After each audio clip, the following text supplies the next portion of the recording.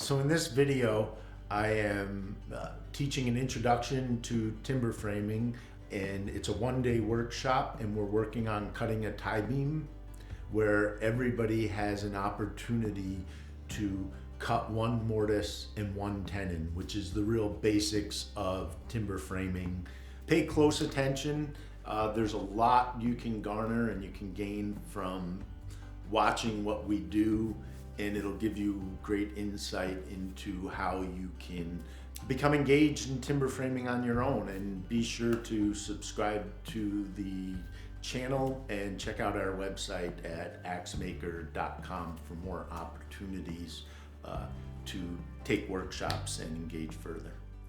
There are three kinds of what we call layout for timber framing, and they are mill rule, scribe rule, and square rule, okay? And I'm gonna teach you guys square rule. The idea behind square rule is that within every imperfect timber is a perfect smaller timber. So if it's a 7x7, it might be twisty, it might be 7.5 by 7.25, so many different things it could be.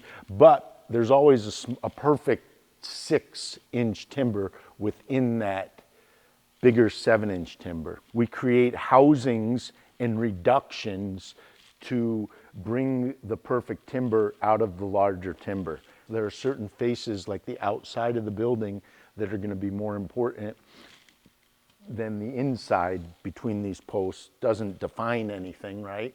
But the outsides of these posts define the building. So our outsides are going to be reference faces. And so now we know, even though we have a 7x7 timber, we use the math of a 6x6.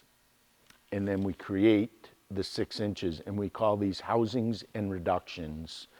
And so if you walk into a barn and you see these reductions, you'll know immediately these people used that method. The method again is the square? It's square rule. And that allows us to, go ahead and cut a post without knowing anything about the piece that's going to join to it, because we're going to make that piece a set, we're going to reduce it to whatever we make the housing, and that's how we create our joinery. So that's square rule. That's what we're going to be working on here today. I'd like you both to have the opportunity to cut one tenon and one mortise. The nicest thing about timber framing is I'll talk about it and I'll show you and we'll cut them, but when they go together, that's when the light bulb goes, oh, that's why we did that. One of the foundational parts of the square rule is to wind in the timber.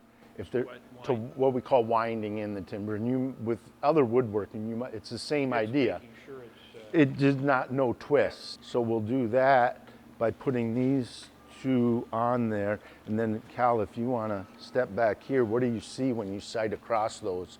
You really kind of want to get down, and these are kind of perfect. So if they weren't, we would shim them so they were. Yeah. And then we measure in this situation, we would call this the back side, right? And then we would measure our 6 inches. In this case, we're using the number 6 out of a 7. And so we would come and measure it, down 6, put a line, down 6, put a line on all 4 spots, and then we would snap lines, and that would define a perfect plane within the timber. So, but we're laying out the 6 inches is going to be, what does that represent? That's going to, in this particular case, what that's going to represent is the tenon. And we're going to make a matching 6-inch housing was already made in the post. Okay. And so we're going to make a 6-inch tenon. Okay. And they'll be parallel to each other because we just wound it in. So then those 6 inches will match. So these are tie beams. There are 2 important faces, the top and then the outside of the building. And so the outside of the building, I'm going to mark with a triangle like this is my reference face, my important face. So that means 6 inches or whatever measurement, that's our outside that we're always lining up.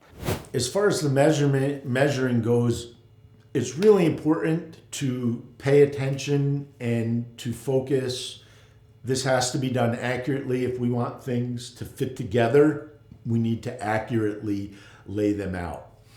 And ways of doing this are making sure our square is firmly set up against the side of the timber when we're marking, and that our pencil lines are tight up against the square. And we want to eliminate all the different potentials for error. Measure twice and cut once. So then I'll put those marks right on the top here, and then I'm also gonna mark a center line, because in this case, this tie beam has a mortise in the center to carry a post which carries the ridge beam, holds the top of the rafters. So we have our tenons on there.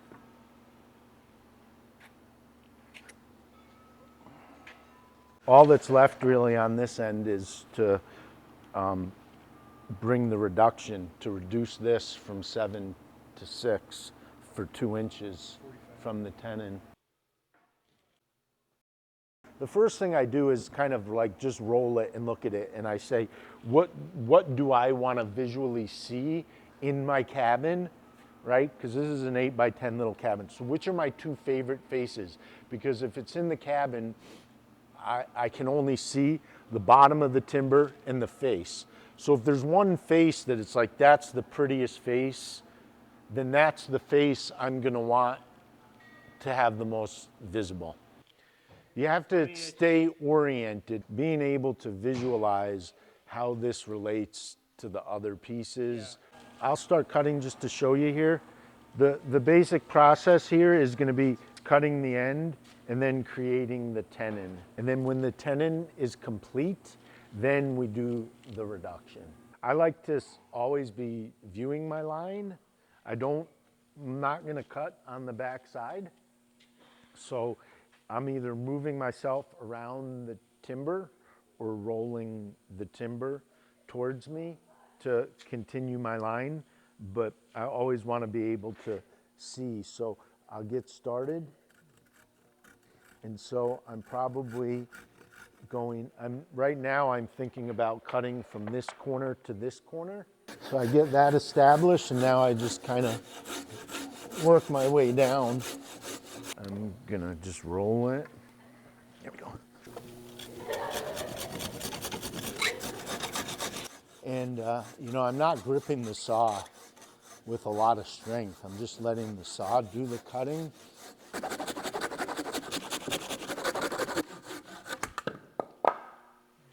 To make the mortise, or the tenon, I'm sorry, it'll be the same thing, but obviously just down to the line on both sides. Okay, correct. Yep.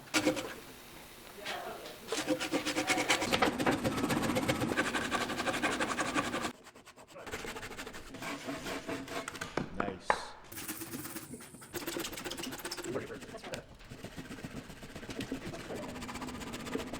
So when you're knocking, and I stay away from my line and just try and come. Now, this is like a bad place in terms of the grain of the wood. This is not optimal. Obviously, we have to. What is not optimal? Well, because the grain is spiraling. It's not. There's no spiraling in this. No, this is. Okay. Well, no. Like if this grain was not straight, you would. No, this is pretty clean, and you'll see here. Okay. This should break off. Now we have that knot there, which isn't ideal, but it's also not huge. So.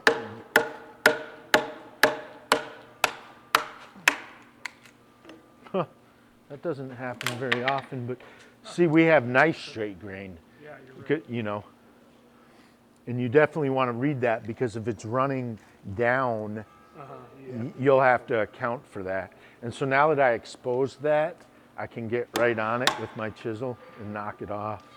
But Now, if that knot wasn't there, maybe I would have went to within like a 1/4 inch of my line. I could have taken bigger chunks, but you know. And I'm still gonna stay well above my line. I'm about a 1/2 inch away. Just because, like with anything with woodworking, the more you try to take off, the more resistance. So the less you take off, the less resistance. And therefore, the easier it is.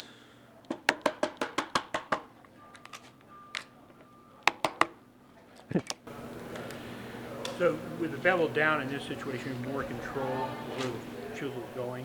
Is that what you? If the bevel's like this, it tends to draw into the grain. Oh, And it might go down where dig, we don't, I see. and dig in. And so when I'm doing this, but now now that I'm within like almost 3/8 of the whole thing, I'm not gonna be able to split off any more pieces, you know, like big chunks like that. And when I start to pare, now I want to use the flat. And I like to go across grain because you have more control. You know, but now it's a matter of just.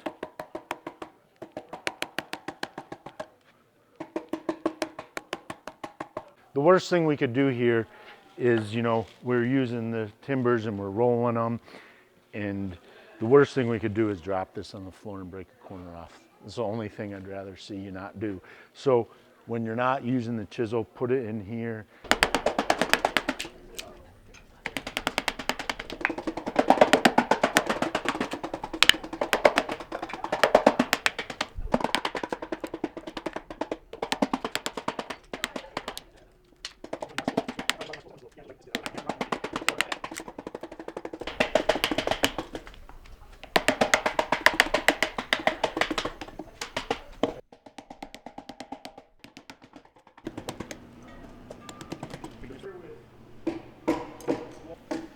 I'm over there and I'm seeing this.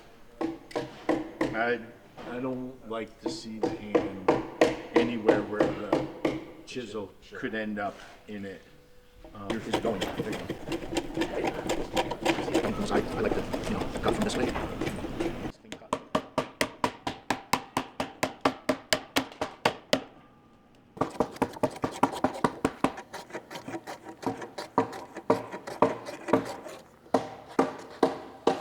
Yeah, I think we're good there. I think we can flip it over.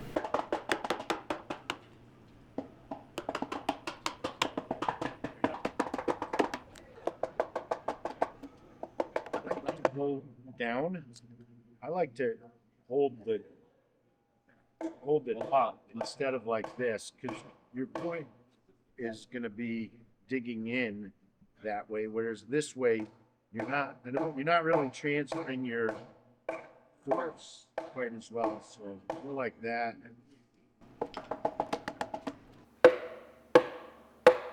It's probably that knot is the worst spot. So hit it right where, center it on the knot. Center it on the knot. Center it on the knot, because that's where your most resistance. And flip, I would flip, you want your bevel up. Okay. Yeah. And now just drive that in there. Let me, we don't really want to pry on it too much. Do you mind? No.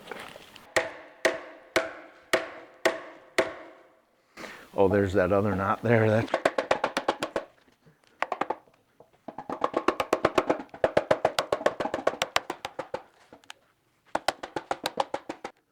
And the piece is already off. There's just, no, I think even the knot is, there's some other fiber that's...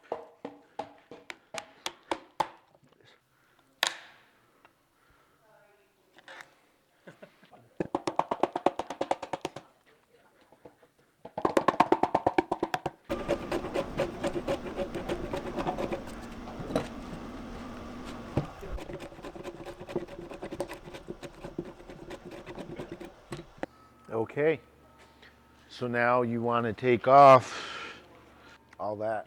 This line here, this is gonna sit in the housing so that this kind of shows. So we want to make sure we don't Be careful with that. Yeah, I mean, have it be clean. We don't want to dig in.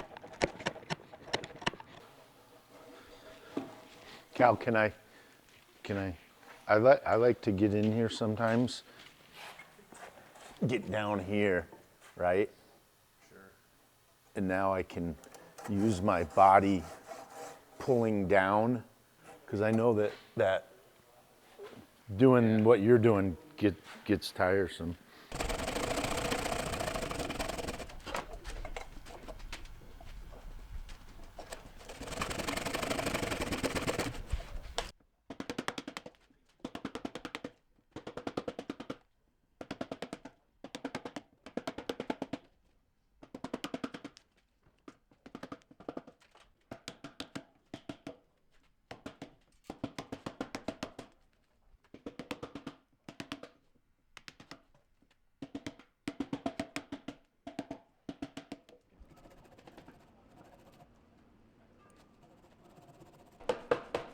I would lay a square in here and just see where we're at, if this is something that needs to stay or go.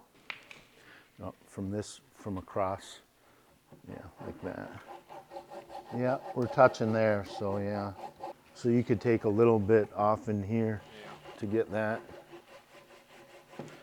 Yeah, and just a light touch at this point, you know, and that's where there's more control coming from the side than there is straight at it. There, yeah. Now keep going through that though, because see how your chisels you don't even have to go back. There you go. Keep going right through that, and there you go. I wonder here's where we might need a little more room. So this is my center line, because you know, we're gonna want that right in the center. So I'm just marking my holes. So if I just go like this way that thread will just go right into the, you know, otherwise it'll drift. Now you should be able to slide this. Yeah. No, and now the way this works is all, oh, you got it backwards. Hold on a second. You're gonna have to hop up here, so we might have to just, so it hooks on up here. It only works in forward, and so we drop that in. We drop that into the hole. It's gonna find itself, and then we start drilling forward. You hop up here and sit on it, and then when you're done,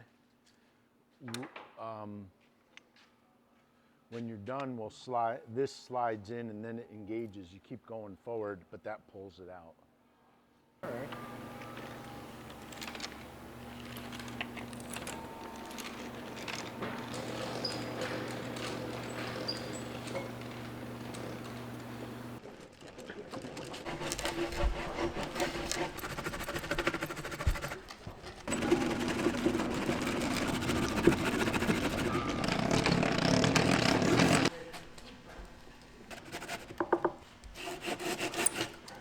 I like to use the 2-inch chisel for this. Right, so it's kind of the same thing until you sever the end grain. You can't make this cut. Dig out those centers. You can really drive the chisel in there. And you will get your chisel stuck in there if you don't just kind of keep removing stuff.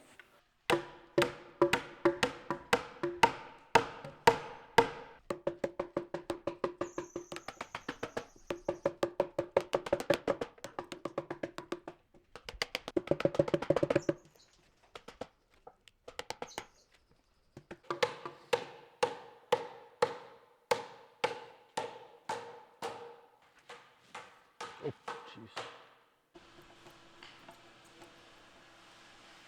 Roll it over, get it cleared out. And I just do that.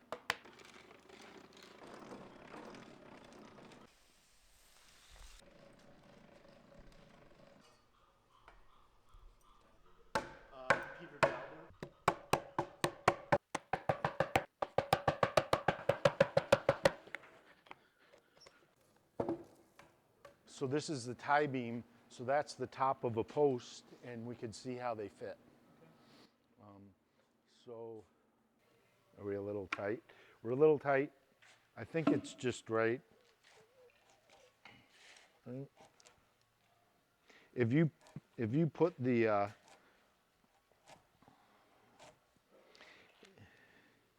now try it.